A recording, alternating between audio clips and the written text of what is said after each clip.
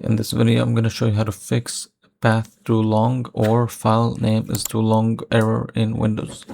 So for example, I'm going to show here, let's say you have a folder and inside of this folder, there's a zipped file and you want to extract it and it says the path is too long or the name too long. So I suggest trying, the first solution is to download a like a zip extension. So there's, if you type in here zip7, okay, so it's zip7. If you type zip7 here, this is a software that actually just extracts the folders. So this first option you can try and see if this fixes your issue. Now there's a version for 62-bit and 32-bit.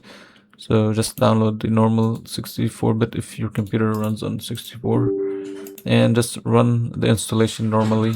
And after that, when you try to unzip it, choose this new like installation that you downloaded, this 7-zip, and try to extract it using this.